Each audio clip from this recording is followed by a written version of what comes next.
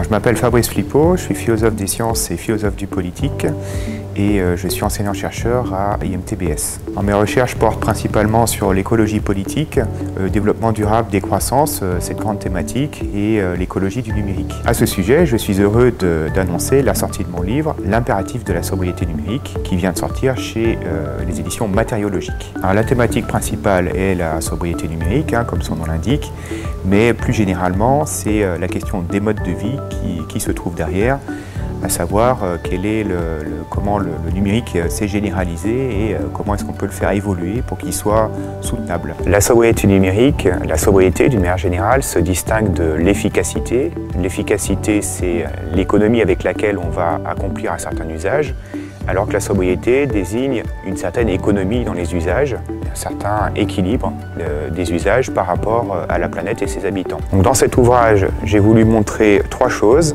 La première, c'est que l'Internet ou la numérisation, d'une manière générale, a plus à voir avec la logistique qu'avec Wikipédia. C'est-à-dire que des entreprises ou des plateformes, comme on dit, comme Amazon ou Uber, sont plus caractéristiques de la transformation numérique que Wikipédia, donc les contenus médiatiques. Ça, c'est le premier point.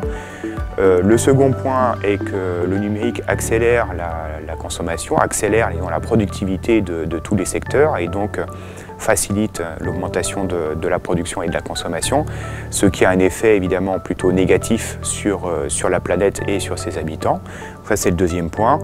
Et le troisième point est que l'enjeu principal, il est moins dans les petits gestes, comme on voit souvent, c'est-à-dire supprimer ses mails dans sa boîte ou éviter les pièces jointes ou des choses comme ça.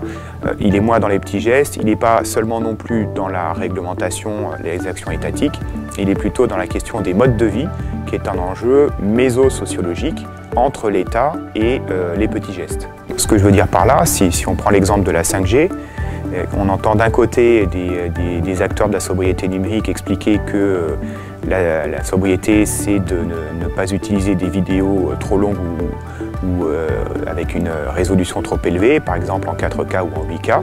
Donc c'est un ensemble de petits gestes. De l'autre côté, on entend d'autres prises de position sur la réglementation et sur la nécessité de réguler ces résolutions, peut-être interdire la 8K ou la 5G qui lui permet d'exister.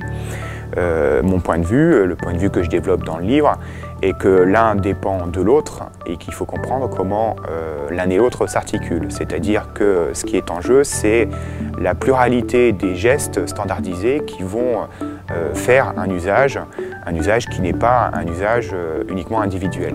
Alors, le livre s'appuie principalement sur un auteur, un anthropologue américain qui s'appelle James C. Scott, et notamment deux concepts principaux qui sont le schème étatique, qui permet de saisir les catégories dans lesquelles s'exprime le débat sur la sobriété numérique, et le texte public, qui désigne la structure de médiation entre dominé et dominant, que la domination soit de classe ou d'autres formes.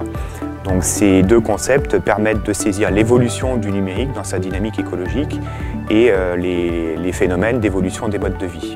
L'originalité de la démarche est celle de la théorie politique ou de la philosophie sociale, c'est-à-dire que je m'appuie sur un certain nombre d'auteurs, donc James C. Scott, mais aussi David Harvey ou les accélérationnistes, pour saisir une enquête de terrain qui est basée avant tout sur une recherche dans la documentation officielle de l'État, l'ARCEP, Xerfi, Statista, les rapports publics des entreprises, des syndicats, des ONG ou d'un certain nombre d'acteurs clés dans ce qui fait les modes de vie. De plus, cette enquête fait suite à une autre qui a été publiée il y a une dizaine d'années. Elle bénéficie donc d'un recul sur la thématique qui est tout à fait important et qui permet de mesurer les différentes évolutions.